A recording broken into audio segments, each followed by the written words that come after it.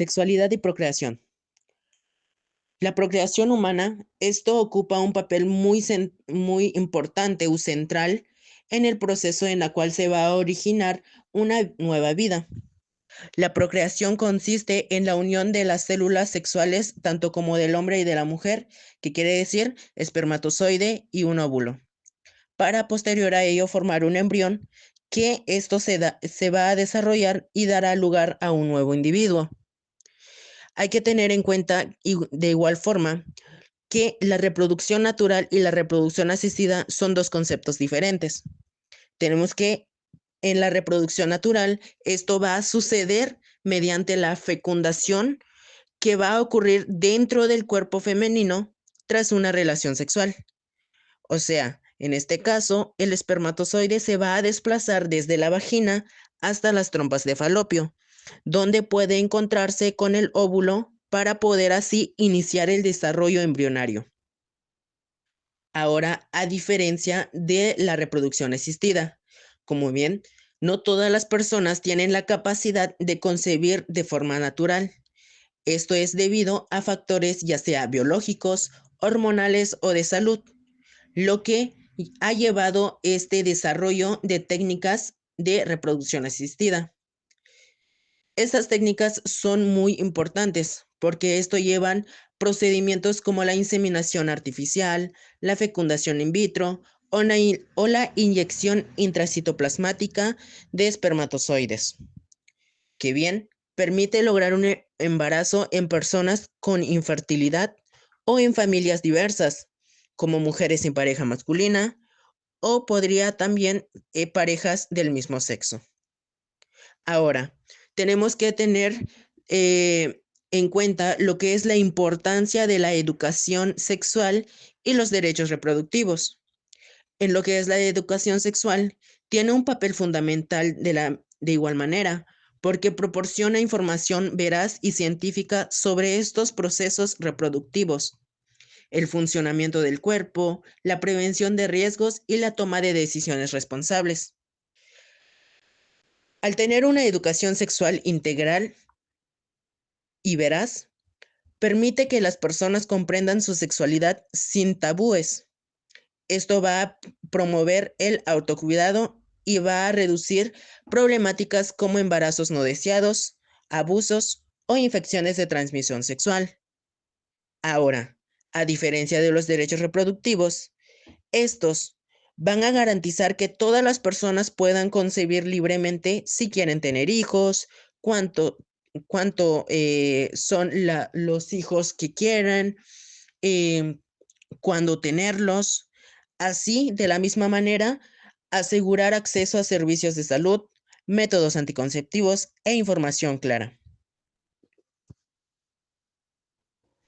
Ahora, para poder comprender la sexualidad y la procreación, también es necesario conocer varios conceptos que son fundamentales.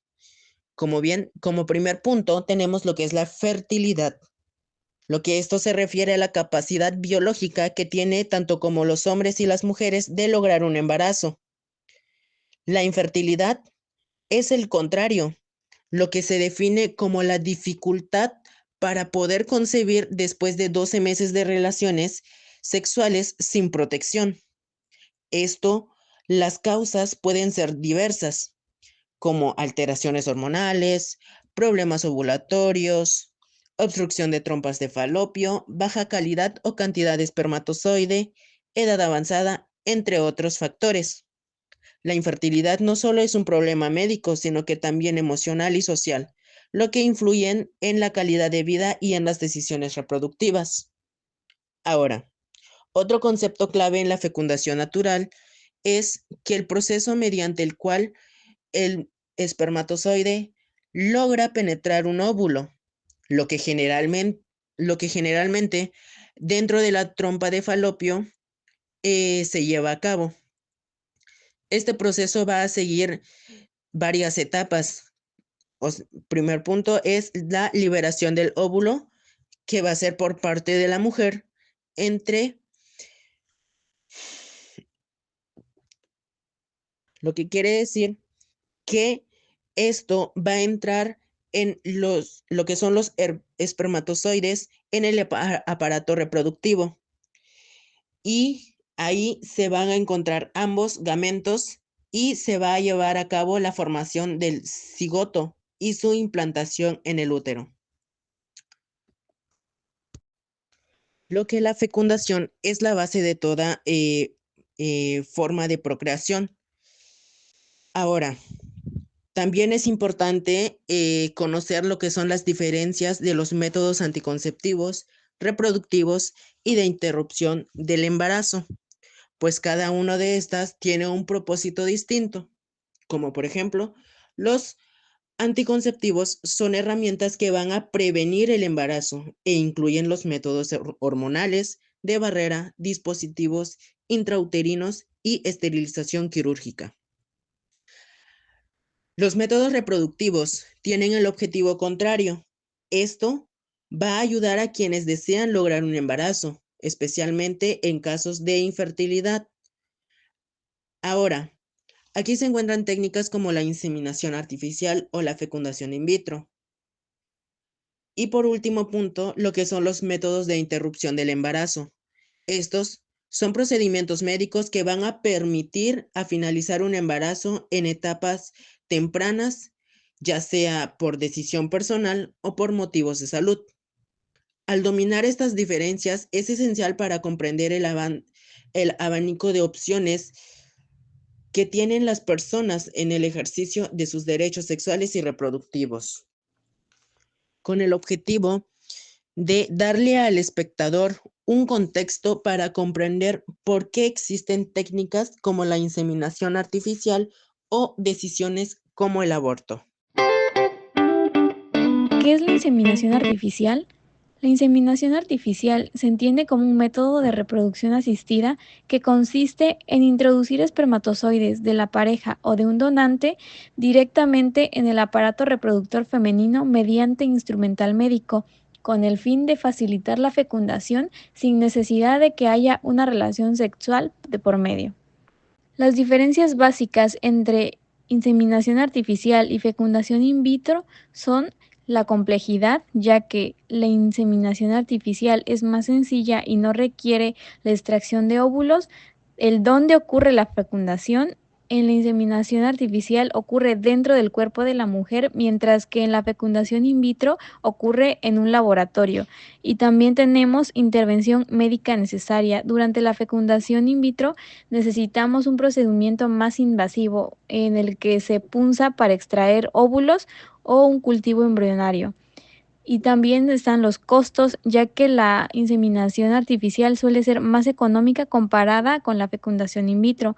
Las tasas de éxito de la fecundación in vitro tienden a tener una mayor probabilidad de éxito por el ciclo, especialmente en casos complejos.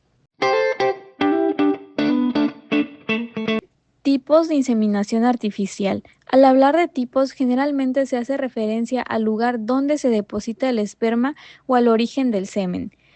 Tenemos inseminación intrauterina, donde se introduce el semen ya preparado directamente en el útero mediante una cánula especializada. Es la forma más habitual y frecuente de inseminación artificial.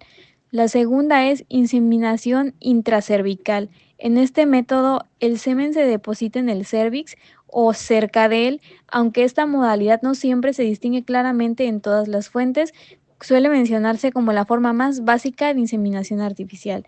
En la práctica moderna, la inseminación intracervical es la más usada para ofrecer mejores posibilidades.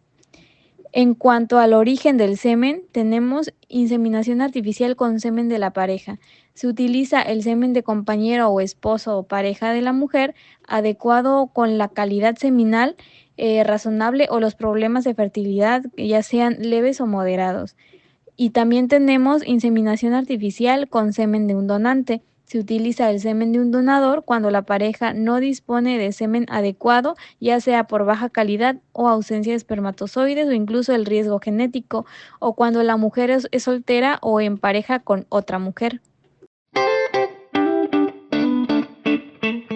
La inseminación artificial se puede utilizar bajo diferentes circunstancias, por ejemplo, problemas de fertilidad leves o moderados en hombre o mujer, cuando hay parejas del mismo sexo o mujeres sin pareja que desean gestar utilizando el semen de un donante.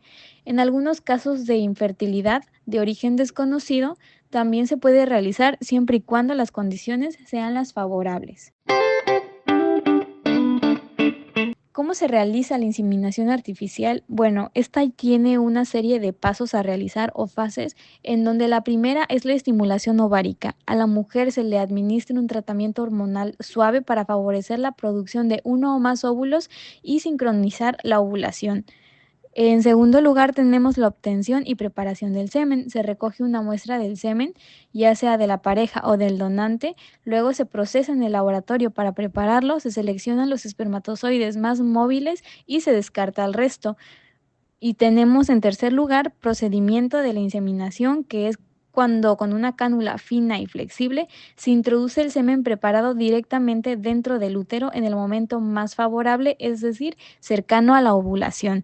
Y después, y por último, tenemos tiempos y seguimientos. Tras la inseminación, la mujer sigue su ciclo menstrual.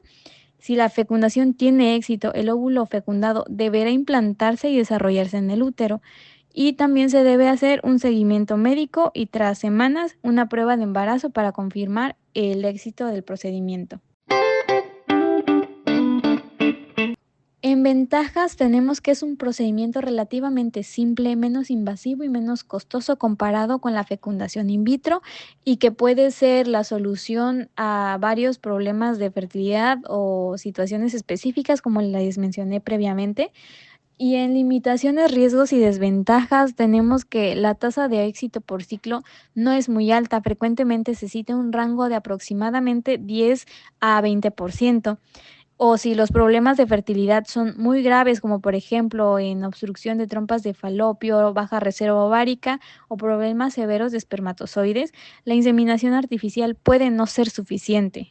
En cuanto a aspectos éticos de accesibilidad, legislación y donación, la inseminación artificial con semen de un donante plantea cuestiones sobre anonimato del donante, derechos sobre los futuros hijos de conocer su origen, consentimiento, y tenemos que en muchos lugares las donaciones son anónimas, lo que puede generar dilemas sobre identidad genética.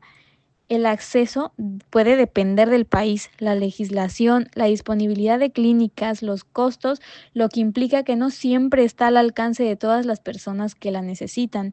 En algunos contextos sociales o culturales, la decisión de utilizar donantes, inseminación o la reproducción asistida puede generar debates éticos, morales o incluso religiosos desde la valoración del origen biológico, el derecho a conocerlo y el estigma. ¿Qué es el aborto? El aborto es la interrupción del embarazo antes de que el feto pueda sobrevivir fuera del útero. Puede ocurrir de manera natural o ser resultado de una intervención médica. En términos generales, se refiere a la finalización del proceso de gestación durante las primeras semanas o meses del embarazo. Tenemos dos tipos de aborto, el espontáneo y el aborto inducido. El aborto espontáneo, también llamado como pérdida natural del embarazo, ocurre sin intervención externa. Puede llegar a ser por causas naturales del cuerpo. Suele darse durante el primer trimestre, es decir, antes de las 12 semanas. Algunas de las causas más comunes que pueden provocar un aborto espontáneo son alteraciones genéticas del embrión, problemas hormonales, infecciones, enfermedades crónicas sin control como la diabetes o problemas tiroideos, malformaciones uterinas y pues todo ello tiene ciertos síntomas que pueden llegar a ser sangrado vaginal, dolor abdominal o lumbar, expulsión de tejido. Todo esto va a requerir una atención médica para evitar complicaciones como hemorragias o infecciones. En cambio, el aborto inducido es la interrupción del embarazo mediante métodos médicos o quirúrgicos. Se realiza de manera legal y segura en muchos países cuando la mujer lo decide o cuando existe riesgos para su salud. Hay unas modalidades que pueden llegar a ser farmacológicas o quirúrgicas. En el caso de las farmacológicas es el uso de medicamentos como en este caso misoprostol y mifepristona en las primeras semanas del embarazo y en quirúrgico aspiraciones o legrado en un entorno clínico. La seguridad va a ser completamente dependiendo de que se practique bajo supervisión médica y en condiciones sanitarias e higiene adecuadas. Recibir atención médica adecuada es fundamental en cualquier tipo de aborto, ya sea espontáneo o inducido. Esto se debe a que reduce riesgos de infección, hemorragias o complicaciones que pueden poner en peligro la vida. Permite confirmar que el útero quedó completamente limpio, evitando problemas posteriores. Garantiza el acceso a información emocional, apoyo y asesoramiento sobre la salud reproductiva. En el caso del aborto inducido, asegura que los procedimientos se realicen con técnicas aprobadas, seguras y eficaces. Asimismo, contribuye al bienestar físico y emocional de la mujer, brindando un ambiente seguro y respetuoso. Ahora tenemos los tipos de aborto. Primero tenemos el inducido, que puede realizarse mediante dos métodos principales, el farmacológico y el quirúrgico. La elección de uno u otro depende de diversos factores, como las semanas de gestación, la condición de salud de la mujer y la disponibilidad de servicios médicos. Ambos procedimientos son seguros cuando se realiza bajo supervisión profesional y siguiendo las guías clínicas establecidas. El aborto farmacológico, generalmente utilizado mifepristona y misoprostol, consiste en provocar la interrupción del embarazo mediante medicamentos. La mifepristona actúa bloqueando la hormona progesterona, necesaria para mantener la gestación, mientras que el misoprostol provoca contracciones uterinas que facilitan la expulsión del contenido del útero. Este método suele aplicarse durante las primeras semanas del embarazo, especialmente hasta la semana 10 o 12, y tiene una alta efectividad cuando se administra correctamente. Entre sus ventajas se encuentra que no requiere intervención quirúrgica, puede realizarse en entornos ambulatorios y permite a la mujer vivir el proceso de forma más privada. Sin embargo, puede provocar sangrado abundante, dolor abdominal y requiere seguimiento médico para asegurarse de que el aborto se completó adecuadamente. Por otro lado, el aborto quirúrgico mediante AMU, que significa aspiración manual endouterina, es un procedimiento clínico en el que un profesional de la salud utiliza un dispositivo de aspiración para retirar el contenido del útero. Es un método más rápido y controlado y generalmente se practica entre las semanas 6 y 12 de gestación. Aunque puede emplearse más adelante, dependiendo de la normatividad y condiciones de la salud, la AMU se realiza en un entorno médico seguro, con analgesia o anestesia local, lo que reduce el dolor y las molestias. Una de sus principales ventajas es que su efectividad es muy alta. El procedimiento dura pocos minutos y se puede confirmar inmediatamente que el útero quedó vacío, disminuyendo así el riesgo de complicaciones. Las diferencias entre ambos métodos radican principalmente en el método en que actúan, la experiencia física de la mujer y el tiempo que toma el proceso. Mientras el aborto farmacológico implica un proceso más largo con sangrado que puede durar varios días, el aborto quirúrgico es más rápido y más preciso. El método con medicamentos brinda mayor privacidad, mientras que la AMU ofrece un control médico directo durante todo el procedimiento. En cuanto a los niveles de seguridad, tanto el aborto farmacológico como el quirúrgico son considerados procedimientos muy seguros cuando se realizan en condiciones adecuadas y con el personal capacitado.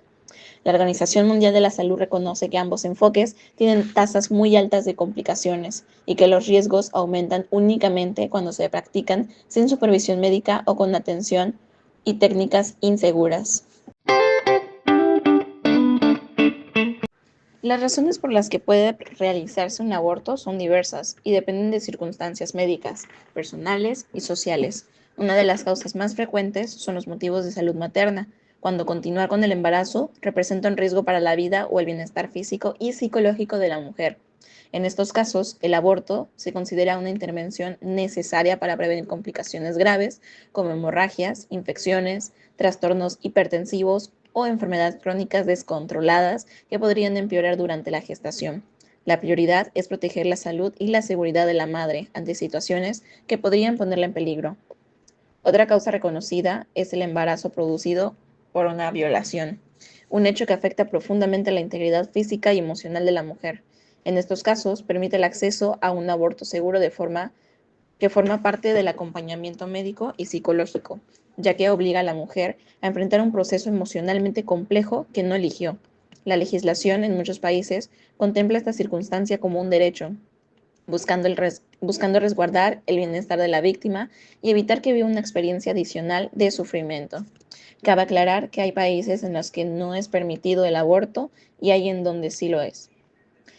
Cuando se detectan también malformaciones graves o incompatibles con la vida, Algunas familias optan por la interrupción del embarazo.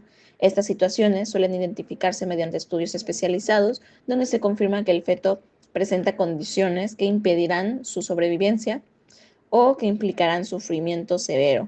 Frente a esta realidad, el aborto se convierte en una alternativa para evitar complicaciones físicas y emocionales, tanto para la madre como para la familia. Y finalmente, existen las decisiones personales, que abarcan razones íntimas, sociales, económicas o familiares con cada mujer.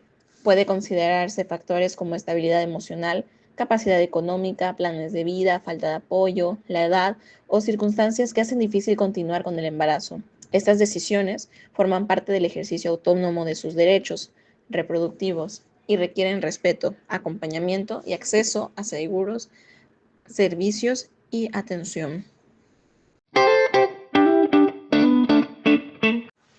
Después de un aborto, ya sea espontáneo o inducido, es importante conocer los riesgos y los cuidados necesarios para asegurar una recuperación adecuada. En la mayoría de los casos, cuando el procedimiento se realiza de forma segura y con supervisión médica, las complicaciones son poco frecuentes. Sin embargo, es fundamental estar atenta a ciertas señales de alarma, como sangrado muy abundante que empapa varias toallas sanitarias en muy poco tiempo, fiebre, mal olor en el flujo vaginal, dolor intenso que no disminuye con analgésicos o la ausencia total de sangrado tras un aborto farmacológico. Estas manifestaciones pueden indicar infección, sangrados, restos retenidos o complicaciones que requieren atención médica inmediata. Además del aspecto físico, el proceso también puede generar reacciones emocionales variadas. Algunas mujeres experimentan tristeza, ansiedad o confusión, mientras que otras sienten alivio o tranquilidad. Cualquiera de estas respuestas es válida y forma parte del proceso emocional. Por eso, la atención emocional es un componente importante del cuidado posterior. Hablar con un profesional de la salud mental, recibir apoyo de personas de confianza o participar en espacios de acompañamiento que pueden ayudar a procesar la experiencia de manera saludable.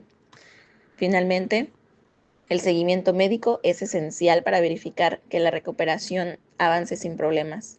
Usualmente se programa una revisión días o semanas después para confirmar que el útero quedó vacío, que no hay infección y que los signos vitales y el estado general son normales. En esta visita también se brinda orientación sobre planificación familiar, autocuidados y cualquier duda que la mujer desee aclarar. Este acompañamiento es integral y garantiza una recuperación física y emocional segura. Finalmente, desde el punto de vista legal, el aborto en México ha experimentado cambios importantes en los últimos años. En septiembre del 2023, la Suprema Corte de Justicia de la Nación declaró institucional la criminalización absoluta del aborto. Esto justifica que, al nivel federal, ya no debería penalizarse a la mujer que decide interrumpir su embarazo durante las primeras etapas. Por ello, los servicios de interrupción del embarazo deben estar disponibles en las instituciones de salud federales si una persona los solicita. Sumado a esto, muchas entidades federativas han reformado sus leyes locales. Hasta ahora, 18 de los 32 estados han despenalizado el aborto voluntario durante al menos las primeras 12 semanas de gestación. En estos lugares, las mujeres tienen el derecho legal a decidir interrumpir un embarazo sin enfrentar sanciones penales. En el caso de los derechos reproductivos, el acceso al aborto legal y seguro en México se vincula directamente con el respeto a los derechos reproductivos de la mujer y las personas gestantes. Desde organizaciones oficiales se conoce que la interrupción del embarazo, cuando se realiza de forma voluntaria durante las primeras semanas, forma parte del conjunto de servicios de salud reproductiva. Esto incluye el derecho a la salud, a la autonomía corporal, la no discriminación, la privacidad y a decidir libremente sobre la maternidad. En este sentido, garantizar un aborto seguro y accesible supone reconocer que las mujeres deben tener control sobre su cuerpo, su proyecto de vida y sus decisiones reproductivas. La existencia de marcos legales que lo permitan es una forma de respaldar estos derechos fundamentales. Sin embargo, aun cuando la despenalización avanza, el aborto sigue siendo un tema muy debatido en la sociedad mexicana y global por varias razones éticas, morales y culturales. Desde una perspectiva ética y de conciencia personal, muchas personas consideran que la vida comienza desde la concepción y argumentan que el aborto vulnera el derecho a la vida del feto. En lo religioso, comunidades fuertes, creyentes, especialmente aquellas ligadas a tradiciones cristianas o católicas, suelen oponerse al aborto por convicciones doctrinales, defendiendo la protección de la vida desde su inicio. Por otro lado, los defensores de los derechos reproductivos sostienen que obligar a una persona a continuar un embarazo no deseado vulnera su autonomía, su dignidad, su libertad y su derecho a decidir. Esto se conecta con la búsqueda de igualdad de género, justicia social y salud pública. Además, hay preocupación por las desigualdades, donde el aborto sigue penalizado. Muchas mujeres no tienen acceso a servicios seguros, lo que incrementa riesgos de su salud, mortalidad materna, clandestinidad, estigmación y discriminación.